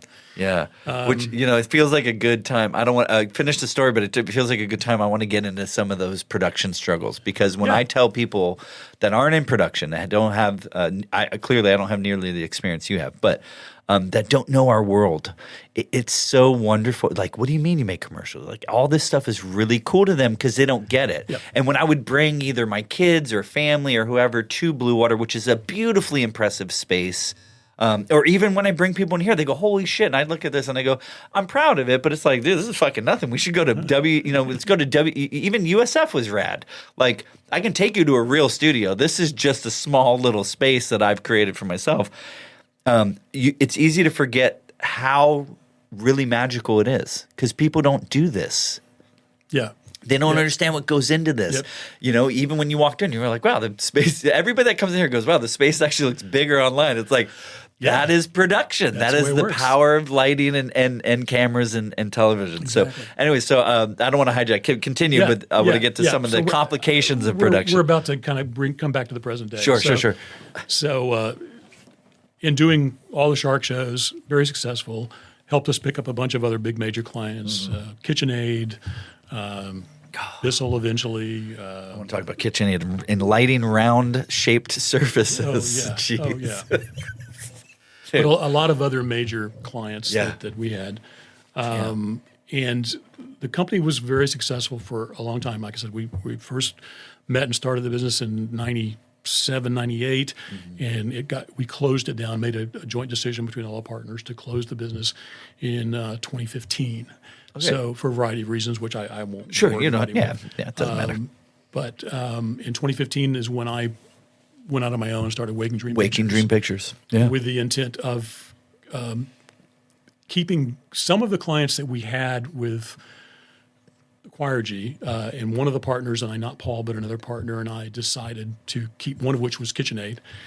We kept them for another 4 or 5 shows, and 2 other clients that we had, and then Stephen Morvay was the other partner's name, and he kept a couple of the other partners on his own that were more media related than production related. Sure.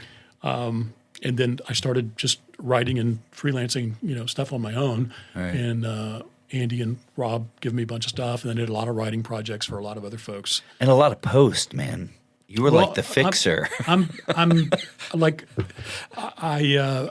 if I'm shooting a show, or if I wrote a show and directed it, and it's a luxury, to be able to write and direct it both, because you kind of oversee, kind of what it is you have in mind. Well, nobody knows it better than you. Yeah, so that just, I feel like I need to be in post for that. Sure.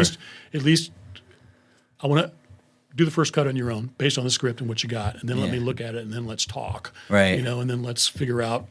Well, and if you're lucky enough to have a script soup, then you can this take was better. Yeah. They can at least get that rough a little bit closer to a V1, we'll call it. And I always try to work with a supervisor, because if I don't have a scripty, and you don't know what shot's what, and it's a nightmare. It's a blur. It's a nightmare. It's like and because you remember that, hey, no, there was a better moment than this, but where the hell it was, it just becomes like, it's just time, and time is money. And just a real quick side note, at Acquire-G, my senior editor was Chris Brimmer. Oh, yeah. So Brimmer. Brimmer's working at Bluewater now. Yeah. And Chris is great. And doing great stuff over there. And he's seen the really ugly side of having to produce simultaneously 4 infomercials in post with 2 editors because it was Chris and a guy named Brad Barkley. Oh yeah, I remember Brad. Yeah. So Brad actually was with CPN for a while. Oh wow, back in the day. Yeah, he did some stuff with Chris Wilson and HM3. Yeah, which was Tim Harrington's. Oh yeah.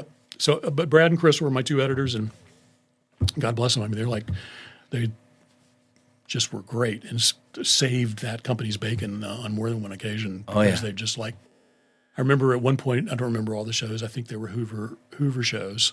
Yeah. We had 3 in production simultaneously that had the same deadline. Sure. So we shot them back to back to back. They went into post, and I mean, it was literally two weeks of nonstop, around the clock shift work. Sure. And you're just like a line cook. Order up. Yeah, really. Order up. Exactly. Jesus. And then the big problem is getting it to time. Oh yeah. Yeah. And I'm pretty good at getting shows to time. Yeah. Even on a second cut. Yeah. But some of those shows, especially the shark shows, I'll tell you, because Mark would never follow a script. No, he'd add because he just read it. How was he supposed to follow it? I'd give him cue cards with bullet points, and he'd riff. He'd just talk. Yeah. And wind up in post. There's a couple of people that like that. Tony Little's that way. Who else did we work with that would just riff? And again, God bless them, they're good at it. Yeah.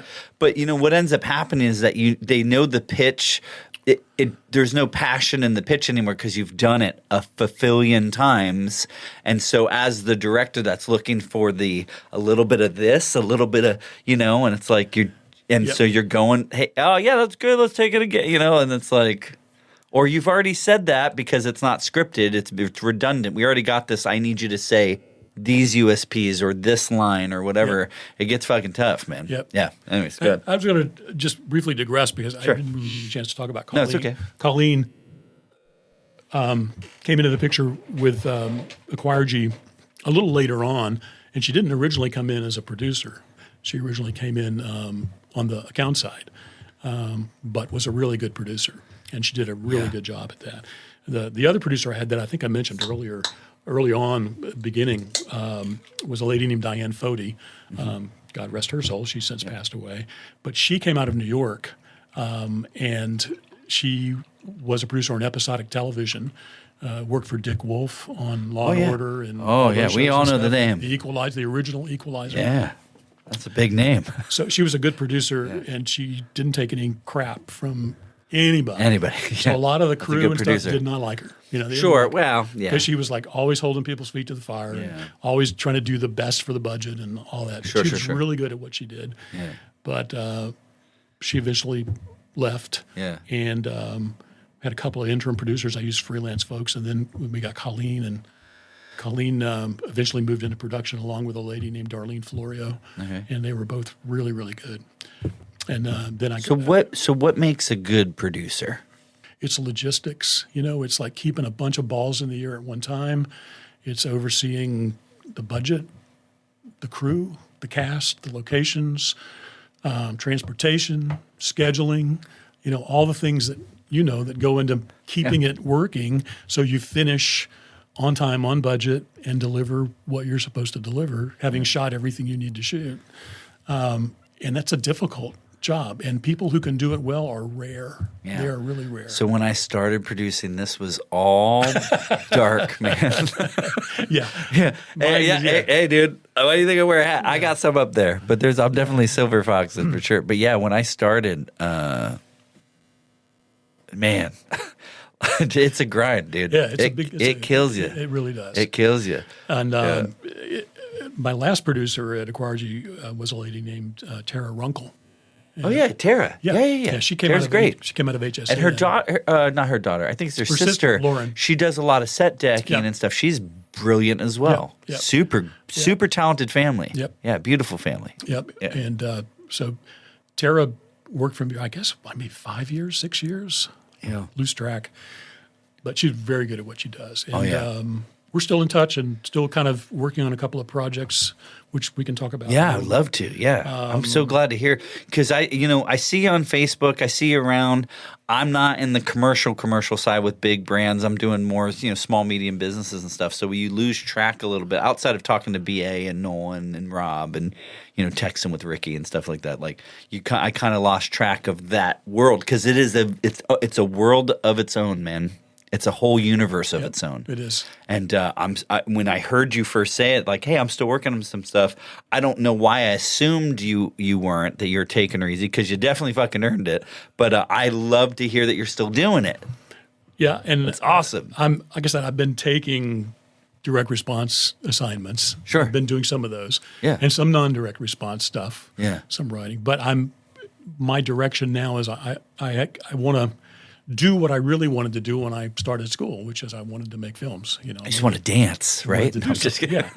And, things get in the way. You have to make money, so you do what you need to do to make money. And, exactly. Well, Mozart called that, his bread and butter music. So all the hits that we know, Mozart, all the ones that you can recite. Anyway, he hated those songs.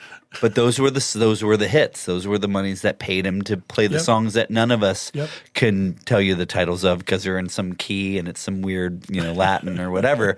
But yeah, you got to eat the shit to pay for, passion projects are here, bread and butter here, right? Yep. Yeah, I get it. And I just haven't really done, and I suppose it's because I never really wanted it badly enough to make the opportunities to make it happen. Because I think back now that I could have.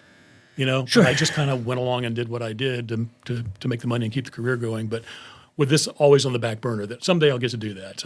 So I'm at a point now where some days I don't have to work all the time. Sure. And so if an interesting project comes along that I can make some money at, I'll do it. Otherwise, I'm working on some other things. I'm happy that you're doing that because a lot of people have this someday, one day story and don't see it. Yeah, and I'm not because we got younger. this. This is it. Well, brother man, me neither, right? Like same, but different. Yeah, like this is it. This is the show, right? And like part of all this and Velarde Digital was like, shit, man. Like this is it. This is my life. This is my time. So tell me, I could have worked for Bluewater forever. Yeah, tell me what prompted your move away from Bluewater. Havana. Oh, that's the shoot we did together. 100%. Yeah, and I can tell you the story. Okay, so you remember that shoot, yes? I do remember that shoot. Okay, so okay, all right. I thought I was prepared to tell the story, but I'll do my best. Okay, so that shoot, long form, I had started in long form as an AD. Working with Chris Wilson in the Harringtons at HM3. But when you're an AD, you're at least in that capacity, I was a glorified producer. I think they gave me a sweet title to make me feel good, and it did. Yeah. I didn't really know what it meant. I remember leaning on Chris a lot, like, yo, like what do you want me to do? Right? Because like craft services and locations and all the stuff you mentioned, talent and crew and scheduling and money and props, dude, easy peasy. I got all that, right? But like that whole next level was just weird. So anyways, when I finally got into doing directing and producing, it was just constant trial by fire, Harry, and like you spend a lot of time. I didn't go to school. I'm learning. People had faith in me. They gave me opportunities that, looking back, maybe I didn't deserve, but I got them anyways. Even the phone call that I got from Brandon, hey, you want to come work from Bluewater? I was like so fucking happy that coming from a band, right, and no formal education, that like, oh shit, this is something like, this is a real industry, and this is a super rad career, and I'm seeing all these dudes. I'm seeing Harry. I'm seeing, all of the guys we know.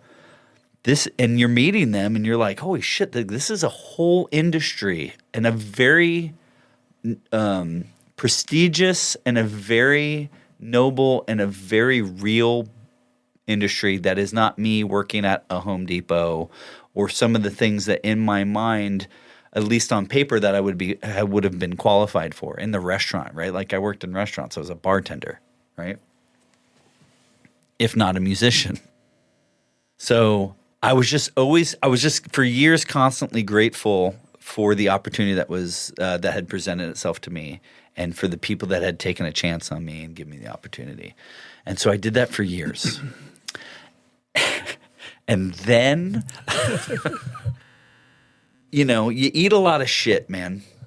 And not just from clients, I think, and not necessarily from bosses or agencies. I just think you just take a lot of hits. You have to have really thick skin.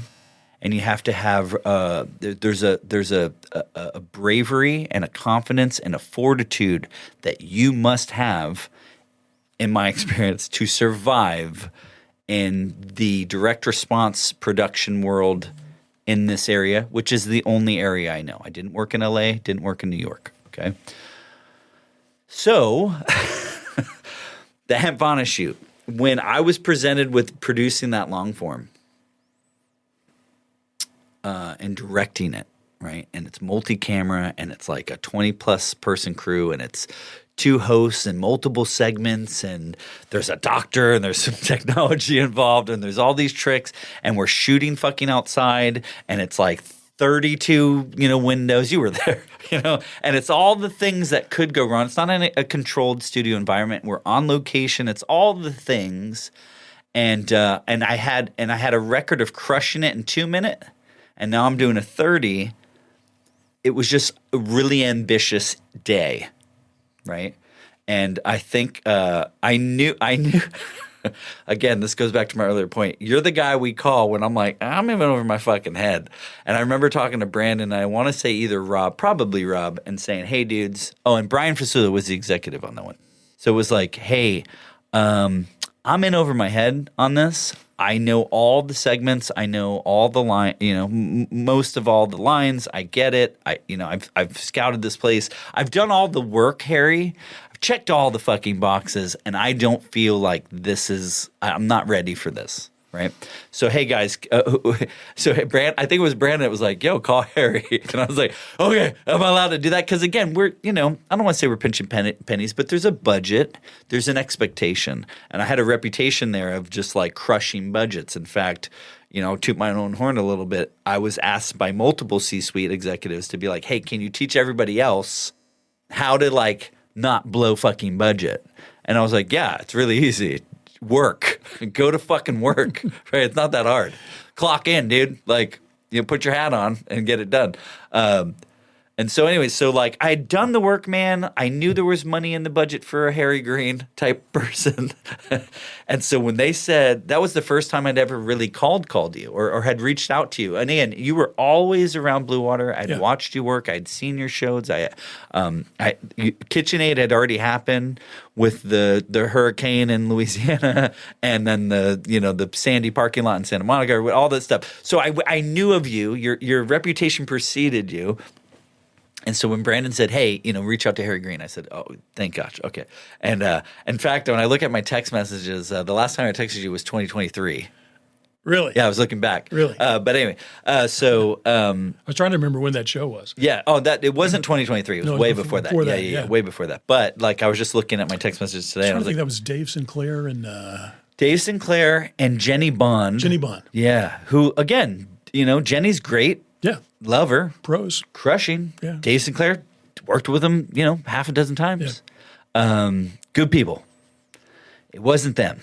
It wasn't any one thing. It was all the things all at once. It was that movie. What's the name of that title of that movie? Everything All at Once at the Same Time or whatever. Everything, it was all everywhere that. All at once. Right. Yeah. It was just that. Right. It was just like the whirlwind of production. And so anyway, so I reached out to you. Thankfully, you were available. And we're there. And we're shooting it. And, production's production. Sometimes it kicks ass and sometimes it kicks your ass. And I just was getting my ass kicked, dude. And I just remember going to Video Village and just like, and Brian was there, and God bless Brian. He's not the nicest person in the world. And he's, and I'll say this, brother, I just talked to you on the phone. I mean no disrespect, but it's like, he's a tough EP. It's tough to work for that type of person. Because he holds himself to such a high standard, and I want to match that standard, right? And that's hard. That's a hard expectation. Especially now I'm like a pro, or I feel like I've earned my fucking stripes. But like, coming up under that dude, it was tough. And then coming up under Bluewater, the name itself carries this if you take it seriously, which I very much fucking did, it's a responsibility, man. It's like my last name. I tell my kids all the time, it's like, yo, that's not your name, that's my name. And they're only 7 and 4, but I'm like, I'm instilling this like, hey, what we represent is us, right? And so when somebody honors me with, hey, even a client says, hey, this is my baby, will you hold my baby? I'm going to hold and love your baby and try to match how much you love and hold your baby, right? Like that's just my energy. Yep. All right, so so I say that to make this point, Harry, is that I think that I'm a lot harder on myself than maybe most people are or even need to be, right? But that's just me, man. That's just how I approach shit. That's how I approach this. That's how I approach my relationship with my wife. That's just me. Okay. So anyways, going back to Havana. I remember, dude, it was just going, and then we're losing the light, and it's going to shit, and I just keep going to Video Village, man. And you were just like, you were my dude. You were like, and I kept going, hey man, is this cool? And like, what do you think about this? And you were so incredibly comforting and encouraging and gracious, man. And just like, yeah, hey, what you're doing is good. Keep going. You're great. Or like, hey, why don't we pivot? Try this, right? And then when we're losing the light, so again, and it's a long story, but we're shooting outside. The sun's fucking going down. There's a garden out there. It's like, we got to put up a green screen now. And it's like, and now that just tells every director what they don't want to hear, who's also a producer, is that, oh shit, we are way going into overtime. So even though I have producers on set, I don't have a Colleen or a Tara or a BA. BA is a fucking hell of a producer. I don't have any of those. I have some really great producers, but they're not me. And so now you're worried about there's going to be a dinner plan.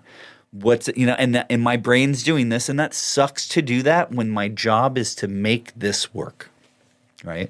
And that's nobody's fault, but really my own, if I'm being honest, is that I just took on way too much. I always take on way too much.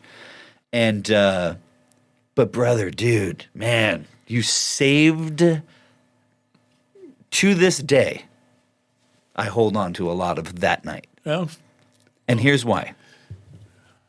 All that happens and Harry's there, and Harry's just super encouraging, and he's super like, yes, you're doing this, keep going. You were saying a lot of really, really great things, and at one point I was like, is this motherfucker just like... just want to get the fuck out of here and tell me like that. Like, I didn't believe you, but like, because I was like, there's no way this is working. And it did work. And then, so at the end of the night, it's like 1 a.m. Everybody's loading out. Everybody's tired as shit. And I'm sitting outside. And dude, I could cry at this moment. I'm just tired. I'm just defeated. I'm emotionally, mentally, physically just done. And you are tired. But you're sitting there, and you kind of, I remember, Cook, you had your hands crossed, and you're just kind of sitting there, and you're just kind of like, just breathing out the night, man, just breathing out the day. And I just remember telling you a lot of what I'm telling you now, and you were like, yeah, man, that's why they call it the grind. And I was like, I'm all ground up, man. I was like, dude, I was Harry, that evening. And it wasn't just that evening, but that evening was the straw that broke this camel's back.